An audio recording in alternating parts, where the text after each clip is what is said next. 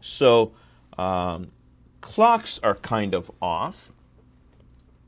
So this is kind of important as well.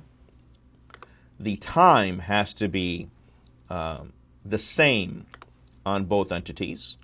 Let me make sure. In this particular instance, there you go. Do join domain. All right. Let me go over to the domain controller. Okay, so this is off. And on my host, I'm going to go to general.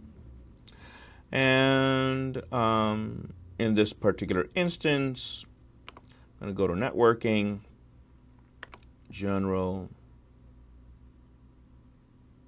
So time has to be rather perfect and synchronized completely. So I got this belonging.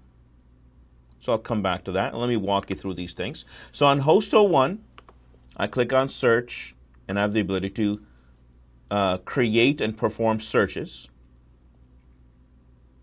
I'm going to click on general and get information about my host. And it also, I've got my iSCSI IQN. I'm going to talk about storage in a little bit. Just walking through these pieces. There's a domain that it belongs to.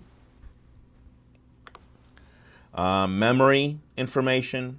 Storage that I've got a DVD, a removable drive. Removable drive is basically my USB drive. And here's the local store, which is the local storage on my Xen server. And down here, I'm able to add a new storage repository. I'll see the properties of this one. Go over to networking, and I see my network adapter, and I can go to properties and view these as well, as you can see. And I can go over to NICs and view my network cards. Go over to console and view the server console. Performance to view performance metrics. Users to see the users. And logs associated with the server. All right. Take a look over here.